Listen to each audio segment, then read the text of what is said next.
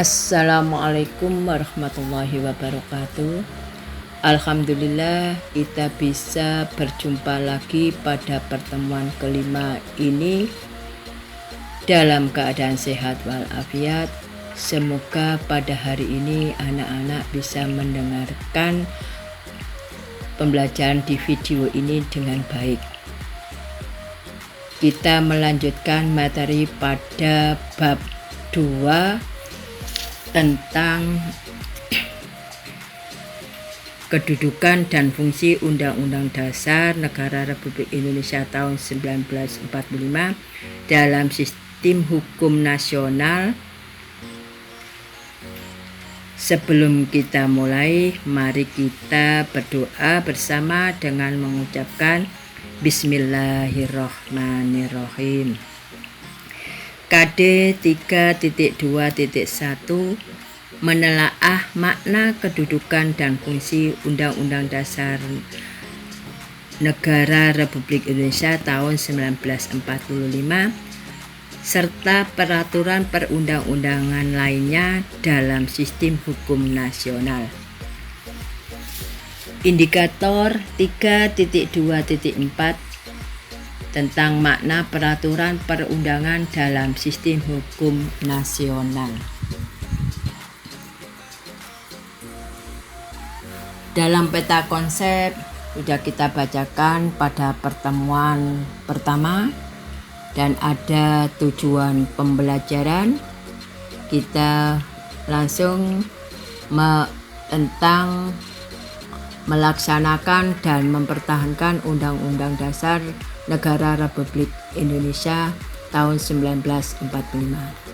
Alasan tidak diubahnya pembukaan Undang-Undang Dasar tahun 1945 bahwa pembukaan memuat dasar filosofis dan normatif yang mendasari seluruh pasal dalam Undang-Undang Dasar Negara Republik Indonesia tahun 1945. Selain itu, pembukaan juga memuat tujuan negara dan Pancasila sebagai dasar negara dan cita-cita bangsa Negara Kesatuan Republik Indonesia. Bentuk negara Indonesia tidak dapat diubah sesuai dengan pasal 37 Undang-Undang Dasar Republik Indonesia, yang mana bentuk negara Indonesia telah ditetapkan sejak berdirinya negara Indonesia yang paling tepat untuk mewadahi sebuah bangsa majemuk yang beraneka suku bangsa, kebudayaan, dan agama. Penetapan bentuk negara tersebut disertai juga dengan penetapan sistem pemerintahan yaitu presidensil. Seperti ditegaskan dalam perubahan Undang-Undang Dasar Negara Republik Indonesia tahun 1945 pasal 4 ayat 1. Dalam melaksanakan dan mempertahankan Undang-Undang Dasar Negara Republik Indonesia tahun 1945,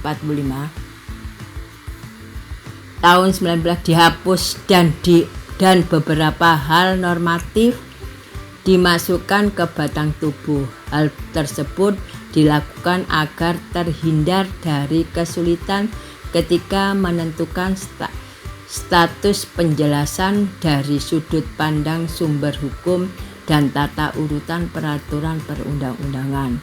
Perubahan Undang-Undang Dasar tahun 1945 dilakukan dengan cara addendum, artinya perubahan Undang-Undang Dasar tahun 45 dilakukan dengan tetap mempertahankan naskah asli Undang-Undang Dasar Negara Republik Indonesia tahun 1945 dan naskah perubahan Undang-Undang Dasar Negara Republik tahun 1945 diletakkan melekat pada naskah asli.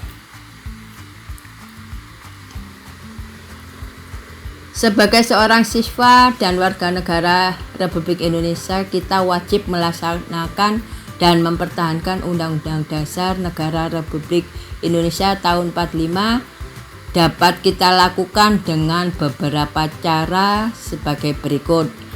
Di lingkungan sekolah, kita harus belajar dengan serius, bersikap jujur, melaksanakan dan mengikuti kegiatan upacara, memperingati hari ulang tahun kemerdekaan, menghargai pendapat teman sebagai wujud dari keadilan, berteman dengan siapa saja tanpa membedakan. Di lingkungan tempat tinggal, menghormati dan menyayangi seluruh anggota keluarga, bergaul dengan tetangga tanpa membeda-bedakan, bermusyawarah dengan anggota keluarga maupun tetangga, mengikuti kegiatan yang dilaksanakan di lingkungan sekitar tempat tinggal, ikut serta dalam menjaga keamanan dan ketertiban lingkungan sekitar. Di lingkungan masyarakat luas, kita memberikan dalam berbagai bentuk kepada fakir miskin yang membutuhkan, memberikan bantuan pengetahuan dan keterampilan bagi orang yang membutuhkan sebagai upaya untuk meningkatkan kesejahteraan orang tersebut. Demikian materi PPKN kelas 8 yang Ibu sampaikan, semoga tetap bermanfaat dan semangat.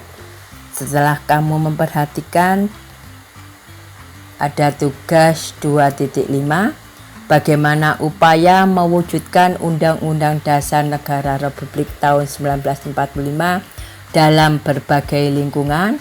1. Lingkungan sekolah, 2. Lingkungan pergaulan, 3. Lingkungan masyarakat. Demikian kami akhiri. Wassalamualaikum warahmatullahi wabarakatuh.